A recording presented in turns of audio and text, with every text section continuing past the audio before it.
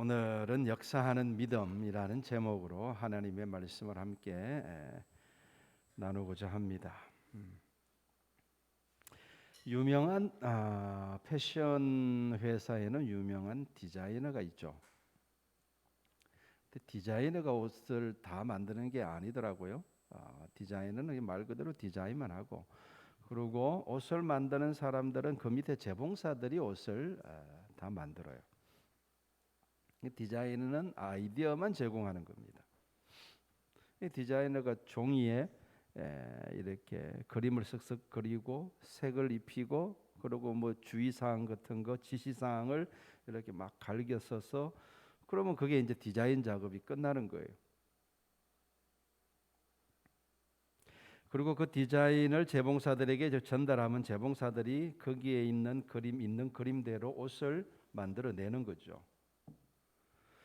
근데 때때로 그 지시사항, 그 디자이너의 지시사항이 애매하거나 또는 글씨를 알아보기 힘들 때가 있다고 합니다. 이게 디자인들이 그냥 정자체로 딱 써가지고 주면은 다 알아볼 텐데, 또 그런 사람들이 보면 또 막 휘갈겨 쓰죠. 그러니까 이게 도대체 무슨 말인지 못 알아들을 때가 있다는 거죠. 그럴 때 재봉사들이 머리를 맞대고 의논하게 됩니다. 이게 도대체 뭐라고 쓴 건가? 이게 무슨 뜻인가? 의논하게 된다는 거죠. 근데 그 세계적으로 유명한 샤넬의 수석 디자이너였던 칼 라그펠트 돌아가셨죠. 어쨌든 이 사람이 말하기를 자기는 그래픽 아티스트일 뿐이라는 거예요. 나는 그래픽 아티스트일 뿐이다. 내 책임은 여기까지다. 자기의 할 일을 딱 선을 그어버렸어요. 그러니까 그거를 뭐 잘 제대로 알아보고 해석하고 하는 건 다 재봉사들이 해야 되는 일이에요. 그러고 보면 참 디자이너가 참 돈 벌기 쉽다 이런 생각을 해보기도 해요. 그냥 이렇게 쓱쓱 그려가 주면 자기 할 일 다 한 거니까. 그러나 그의 그 아이디어의 어떤 뭐라 그럴까요? 보통 사람들이라면 생각할 수 없는 천재성이 있기 때문에 그게 가능한 거죠. 자, 그러니까 샤넬의 어떤 명품 패션이 나오기까지는 디자이너의 어떤 천재적인 역할도 있지만 재봉사들의 역할도 못지않게 중요한 거예요. 만약에 디자이너가 이렇게 한 대로 제대로 그 말귀를 못 알아듣고 해석을 제대로 하지 못해가지고 그럼 엉뚱한 작품이 나올 수밖에 없는 거죠. 그러니까 디자이너가 뭐 제일 중요하지만 못지않게 재봉사들의 역할도 굉장히 중요하다. 여러분, 우리가 성경을 읽을 때도 이와 같은 일들이 일어납니다. 우리는 마치 그 재봉사와 같은 입장에 있는 거예요. 성경을 기록한 분들은 성령의 영감을 따라 기록했겠죠. 이제 그것을 읽고 해석하고 적용하는 책임은 우리에게 있는 겁니다. 우리가 그걸 잘 읽고 잘 해석하고 잘 적용해야 되는 거예요. 성경을 쓴 분들이 자기가 쓴 것을 좀 더 자세하게 설명해 줬으면 좋겠는데 그렇지 않는 경우가 참 많죠. 이건 좀 풀어서 설명해 줬으면 좋겠는데 그냥 그러고 끝나버려요. 그 성경을 기록한 분들은 거기까지가 그분들의 책임인 거예요. 거기서 끝났고, 마치 재봉사들이 머리를 맞대고 도대체 이게 무슨 뜻이냐, 이거 이제 이렇게 의논하는 것처럼 우리도 이제 그걸 갖고 씨름하는 거죠. 성경 본문을 가지고 이게 도대체 무슨 뜻이냐, 이게 무슨 의미냐. 여러분들은 모르겠지만 저는 이렇게 말씀을 붙잡고 씨름할 때가 참 많습니다. 뭐 당연히 저는 설교하는 사람이니까 그럴 수밖에 없겠죠. 근데 설교할 때뿐만 아니라 제가 신앙생활을 할 때도 항상 이런 어떤 고민을 할 때가 많아요. 뭐 예를 들면 도대체 그리스도인이 된다는 게 도대체 뭐냐, 이제 고민을 하는 거죠. 뭐 그 세세하게 성경에 다 기록되어 있지 않으니까 이제 성경을 읽고 나서 그거를 토대로 해서 이제 묵상을 하는 거죠. 하나님의 뜻이 과연 뭘까? 하나님의 섭리는 과연 뭘까? 하나님의 뜻이 이것일까 저것일까? 왜 하나님은 이걸 애매하게 말씀하셨을까? 뭐 이런 등등 이런 생각할 때가 참 많습니다. 여러분, 디자인이 아무리 훌륭해도 해석이 따라주지 못하면 훌륭한 작품을 만들 수 없는 것처럼 성경이 아무리 위대한 말씀이라 하더라도 읽는 우리가 그것을 제대로 읽지 못하고 제대로 이해하고 해석하고 적용하지 못한다면은 좋은 신앙 작품이 나올 수가 없죠. 좋은 신앙 생활이 나올 수가 없는 겁니다. 근데 안타까운 것은 우리가 성경을 그렇게 제대로 이해하고 제대로 해석하는데 관심을 가져야 되는데 사람들이 별로 관심이 그런 데 없어요.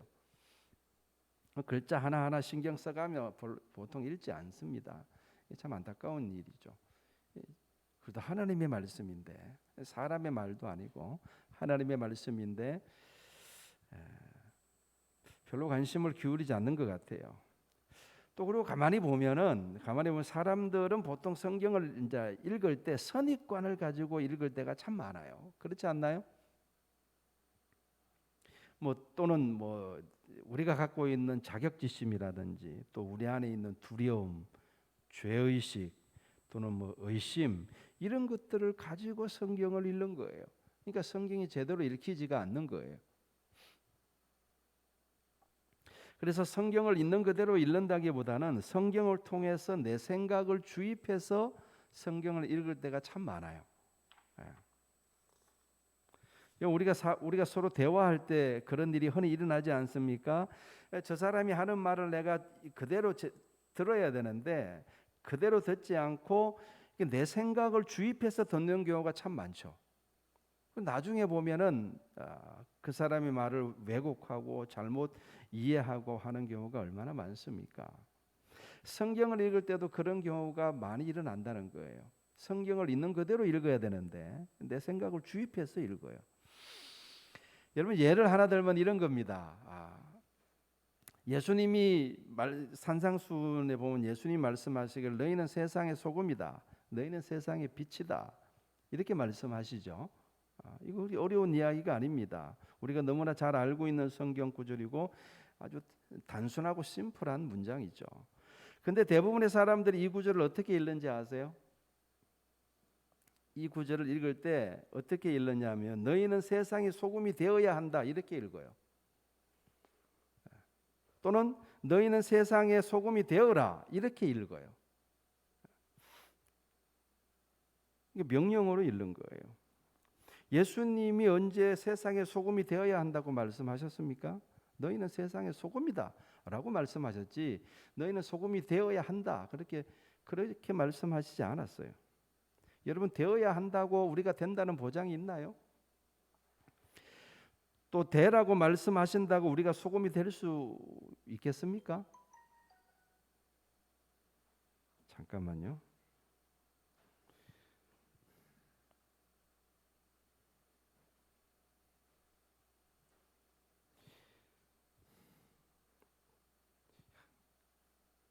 데이터를 항상 꺼야 되는데 자꾸 까먹습니다.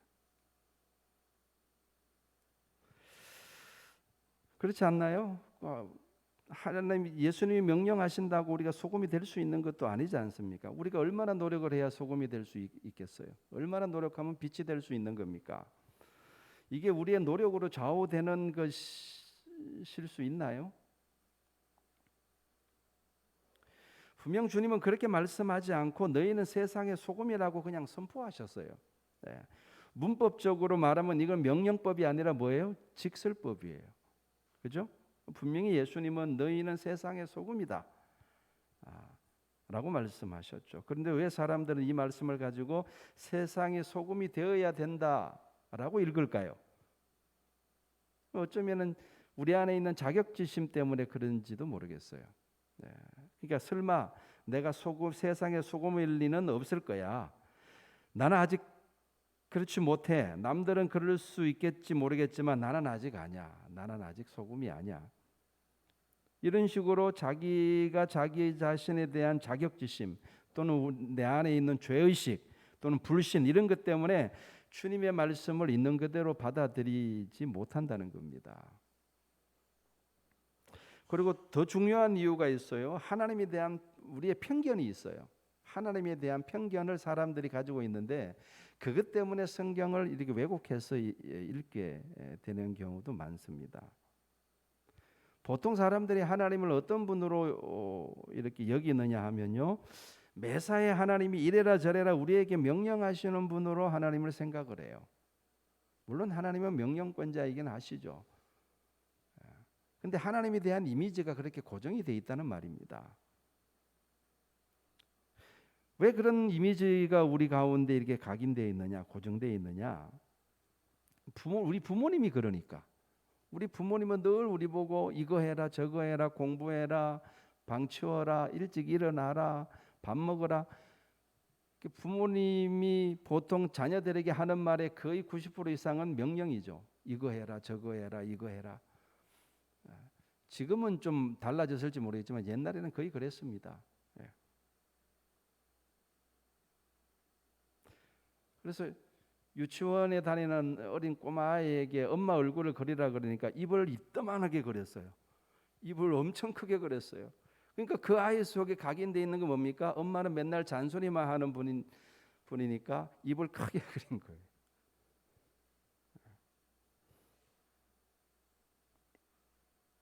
부모님뿐만 아니라 선생님도 그렇고 직장 상사도 그렇고 우리보다 이렇게 어떤 이렇게 권위의 위치에 있는 사람들, 우리보다 높은 권위에 있는 사람들 대부분은 다 뭐 하는 사람들이에요?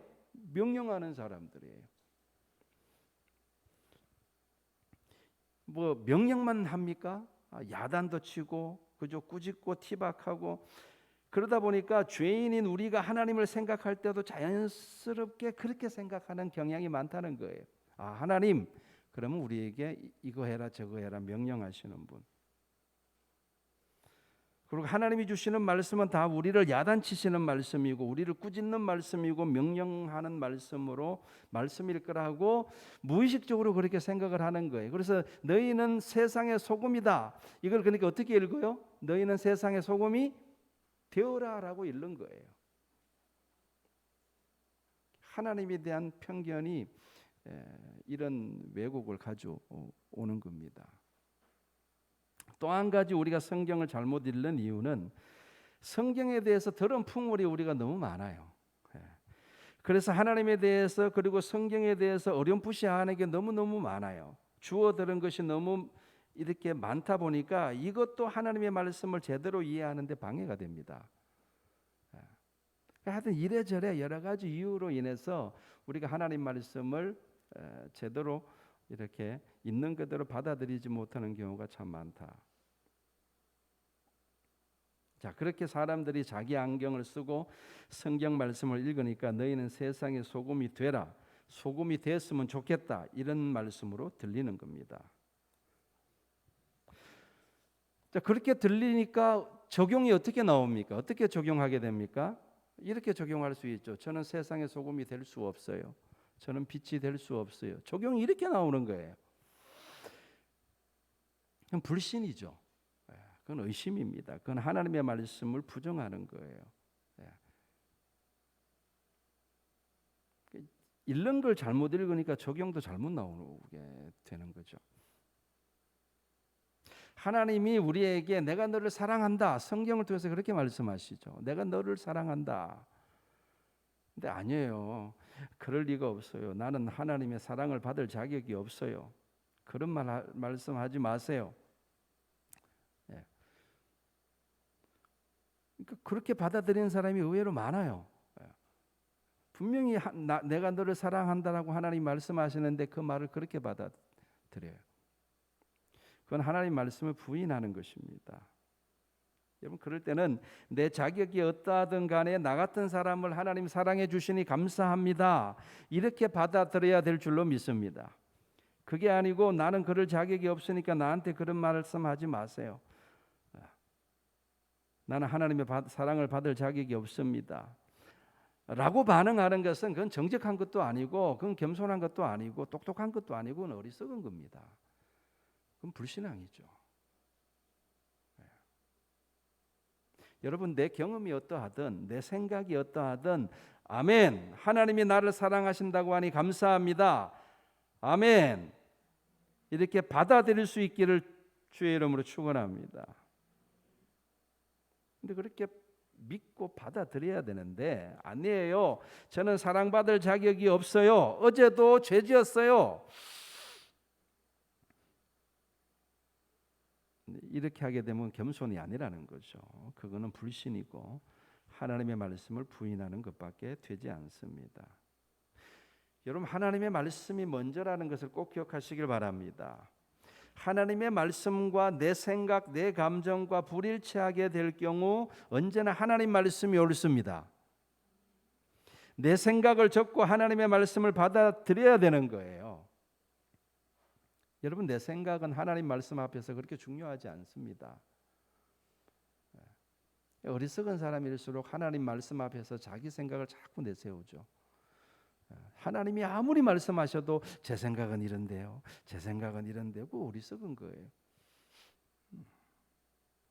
그렇다고 하나님이 우리의 생각을 무시하시는 건 아니지만 그러나 하나님 말씀에 우선순위를 두어야 됩니다.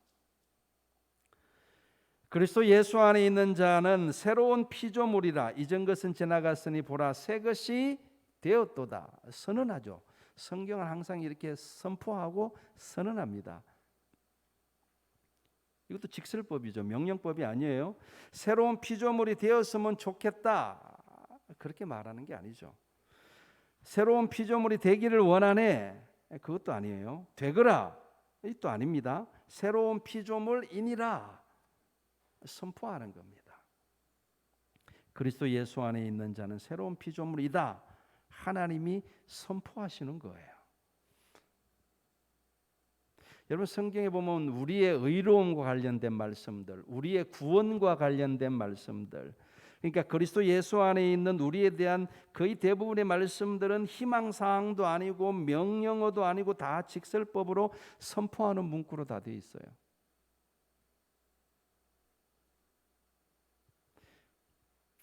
이것은 문법상의 문제뿐만 아니라 신학적인 문제이기도 하기 때문에 굉장히 우리가 주의 깊게 들어야 됩니다. 다 직설법이라는 거. 제가 지금 문법을 이야기하려고 하는 게 아니라 신학적인 부분을 이야기하는 거예요. 그러니까 우리가 구원을 받는 것은 우리가 해야 되는 것을 함으로 말미암음이 아니라는 거예요.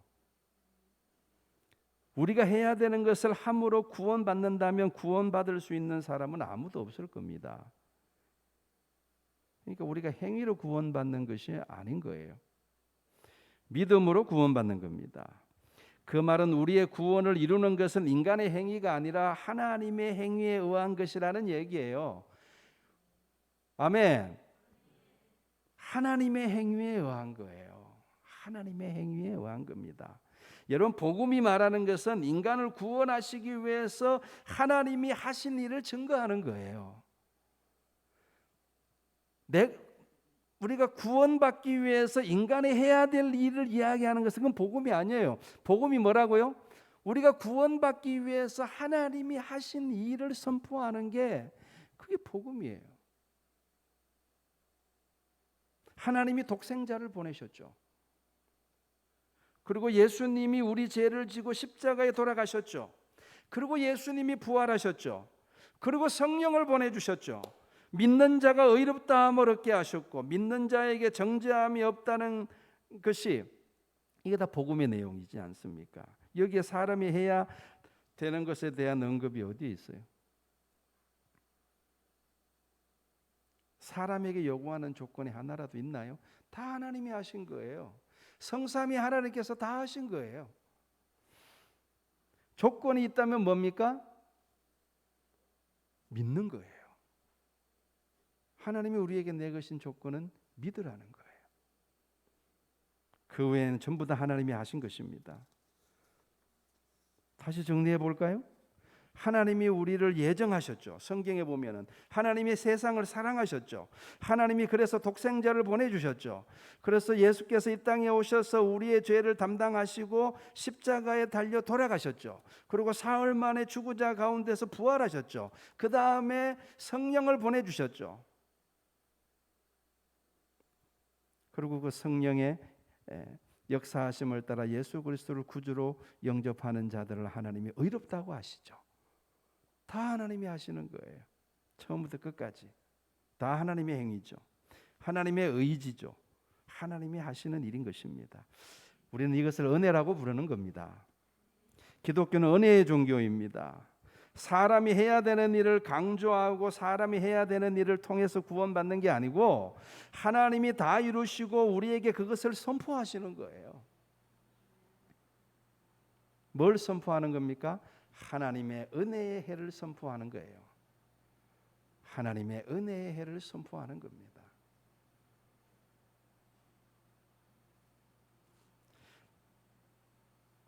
아마 여러분들이 여기까지는 다 잘 알고 계실 거예요. 복음에 대해서 많이 들었기 때문에 알고 계실 겁니다. 그런데 주님이 나에 대해서 하시는 말씀과 내가 나를 보는 나의 모습 사이에 괴리감이 있어요. 괴리 현상이 있어요. 그러니까 하나님이 나에게 대해서 말씀하시는 나와 내가 나를 보는 나의 모습 사이에 차이가 있다는 거예요. 괴리 현상이 있어요.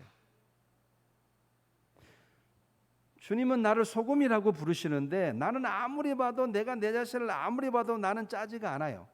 나는 소금이 아니야. 주님은 나를 빛이라고 그러는데 내가 나를 볼 때는 어두움이 더 많은 것 같아. 이 괴리 현상이죠. 하나님의 말씀과 내가 나를 보는 것과의 괴리 현상. 여러분 그 괴리 현상을 아브라함도 봤어요. 아브라함도 본 거예요. 하나님은 아브라함에게 뭐라고 말씀하셨습니까? 장차 하늘의 별처럼 많은 자손들을 주리라. 이게 하나님의 말씀이에요. 여러분 아브라함이라는 이름 자체가 많은 백성들의 아버지라는 뜻이잖아요. 하나님이 아브라함을 아브라함으로 이름도 고쳐주셨어요. 그렇게 될 거라고 하나님께서 일종의 징표로 그렇게 주신 거죠. 그런데 아브라함이 자기 현실을 보니까 현실은 어때요? 자식이 한 명도 없어요. 한 명 정도 있으면 좀 소망을 가져볼까 하는데 나이가 지금 100세가 다 돼가는데 자식이 한 명도 없어요. 자기 아내 사라도 늙어가요. 자기도 늙어가고 현실적으로 볼 때는 도무지 가능성이 보이지 않고 하나님 말씀대로 될 것 같은 그런 어떤 조짐이 전혀 보이지 않는 거예요. 괴리 현상이에요. 괴리 현상. 그러니까 아브라함 마음속에 고민이 있지 않았겠어요? 하나님은 이렇게 말씀하시는데 내가 내 현실을 볼 때는 전혀 그럴 기미가 보이지 않으니 이 괴리 현상 속에서 갈등하고 고민하지 않았겠냔 말이에요. 그런데 놀랍게도 아브라함은 그것을 하나님의 말씀을 믿었다 그랬어요. 믿었어요. 여러분 주님의 말씀과 내 현실에 너무 차이가 많습니다. 그런데 여기에서 진짜 믿음이 작용을 하는 것입니다. 자 오늘 읽은 로마서 4장 18절에 보면은 이렇게 말씀하죠. 아브라함이 바랄 수 없는 중에 바라고 믿었다. 이렇게 말하죠. 바랄 수 없는 중에 바라고 믿었다. 여러분 바랄 수 있는 중에 바라고 믿는 것은 누구나 다 할 수 있죠. 근데 바랄 수 없는 중에 바라고 믿는 것 이게 믿음이겠죠. 바라고 믿을 수 없는 중에 바라고 믿었으니 이는 내 후손이 이 같으리라 하신 말씀대로 많은 민족의 조상이 되게 하려 하심을 인함이라. 그가 100세나 되어 자기 몸에 죽은 것 같음과 사라의 태에 죽은 것 같음을 알고도 알았다는 거예요. 아브라함에게 현실 인식이 있었다는 이야기입니다. 여러분 신앙은 현실을 무시하지 않습니다. 현실을 있는 그대로 보는 거예요. 알고 있어요. 근데 현실을 알고도 믿음이 약하여지지 아니하고 이게 중요한 거죠. 믿음이 없어 하나님의 약속을 의심치 않고 이게 중요한 거예요. 현실을 보면서도 하나님의 약속을 의심하지 않는 거예요. 믿음에 견고하여져서 하나님께 영광을 돌리며 약속하신 그것을 또한 능히 이루실 줄을 확신하였으니 그러므로 이것을 저에게 의로 여기셨느니라 이렇게 말씀하고 있죠. 자, 보세요. 하나님은 어떻게 자식이 하나도 없는 아브라함을 그렇게 자식이 많은 민족의 아버지라고 부르실 수 있으실까요? 너무 우매한 질문인가요? 하나님이니까 당연히 가능하죠.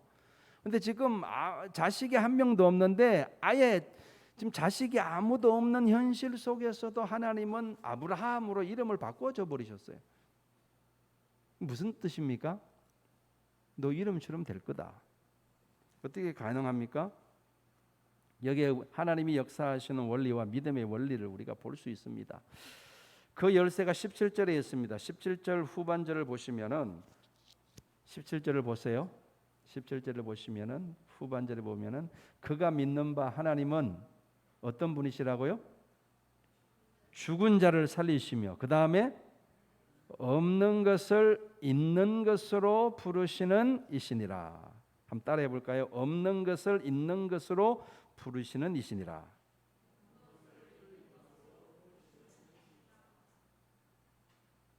이게 놀라운 말씀이에요. 없는 것을 있는 것으로 부르시는 거예요. 여러분, 비록 지금 없지만 하나님이 있는 것으로 부르시면 있게 됩니다. 네. 여러분 보세요.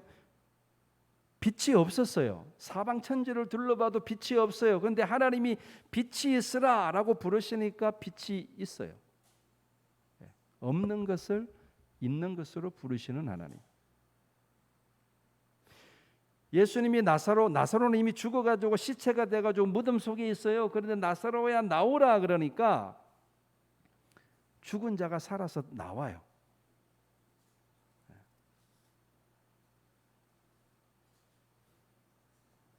자, 잘 보세요. 우리 자신이 더럽고 추악한 죄인인 것은 우리 스스로 다 알고 있어요. 다 알고 있습니다. 그런 우리를 주님께서 너희는 세상의 빛이라고 부르시고 계신 거예요. 너는 내 아들이라고 부르시는 거예요. 없는 것을 있는 것처럼 부르시는 겁니다. 그러면 없는 것이 있게 되는 겁니다. 이것이 주님이 역사하시는 방법이에요.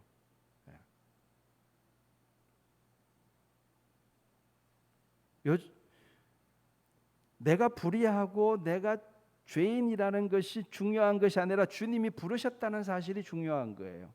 너는 내 아들이라 하나님이 나를 그렇게 부르셨다는 것이 중요한 거예요. 그러면 되는 거예요. 그러면 그런 거예요. 아멘.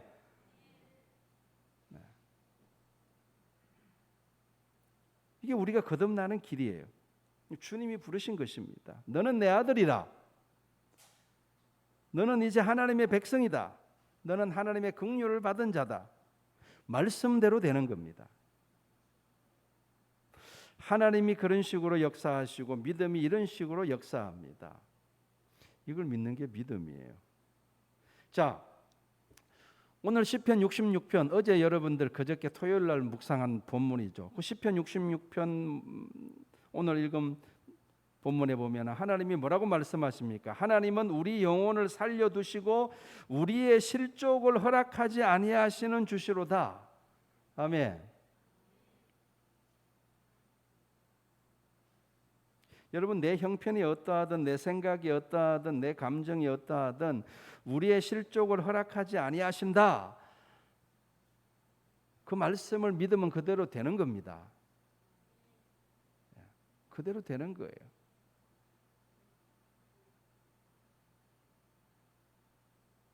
우리가 처해 있는 상황은 생각하면 생각할수록 자꾸만 나를 실족하게 만들죠. 그렇지 않습니까? 우리를 넘어지게 만듭니다.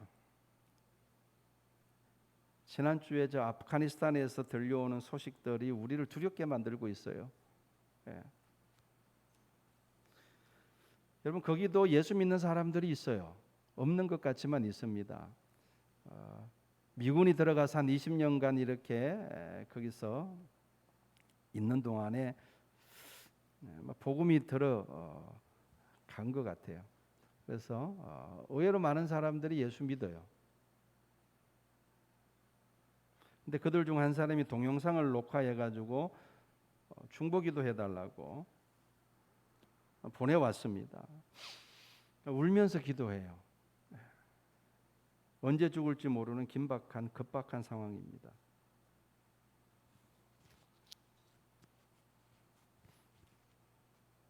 그 사람들이 얼마나 잔인하게 사람들을 처형하는지 그냥 머리에 총을 대고 쏴 죽여버려요.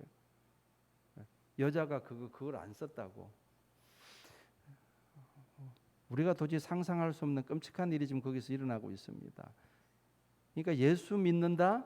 이거는 들키면 그냥 즉석 총살감이에요.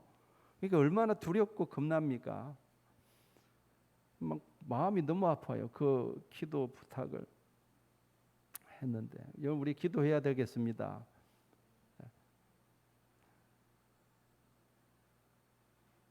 그러면서 한편으로 우리나라에도 저런 일이 일어날까 봐 겁이 나는 거예요.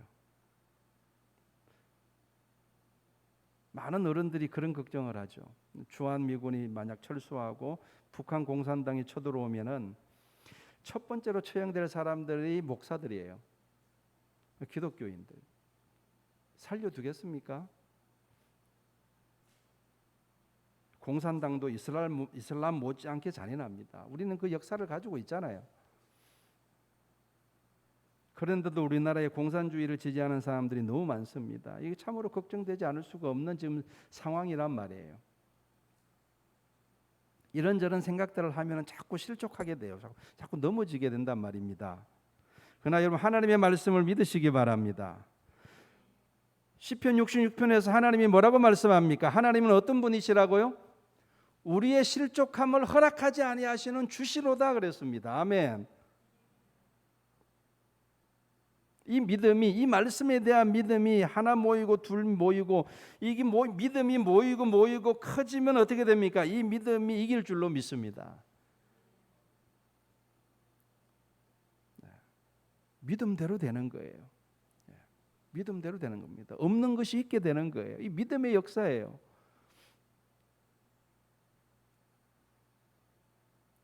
정치적인 문제뿐만 아니라 우리 자녀들의 진로 문제, 실업 문제, 재정적인 문제, 수많은 문제들이 우리의 삶 가운데 있고 그런 문제들로 인해서 우리가 두려움에 휩싸여 있지만 그러나 여러분들 그 두려움에 휩쓸리지 말고 믿음으로 무장하시기를 바랍니다. 하나님이 우리를 살려주시고 우리가 실족하도록 허락하지 아니하시는 우리 주님이심을 믿으시길 바랍니다. 여러분 믿음은 역사가 일어납니다. 없는 것이 있게 됩니다. 무에서 유가 창조되는 거예요.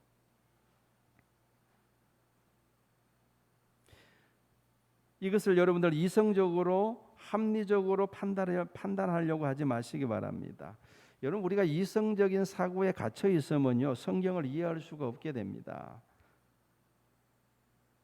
하나님이 우리 인간들의 이성을 만드시고 또한 우리 인간들의 이성을 하나님이 존중하시지만 하나님은 이성을 초월하여 계시는 분인 줄로 아시길 바랍니다.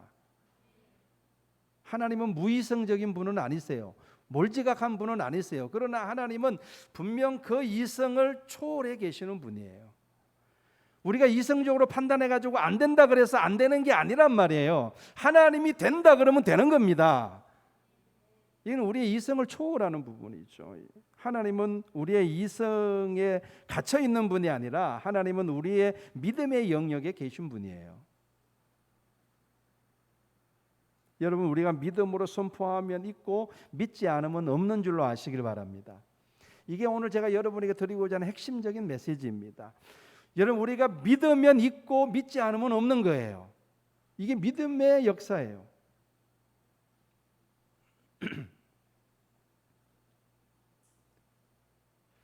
믿으면 있어요. 믿음은 있습니다. 아멘. 근데 믿지 않으면 없어요.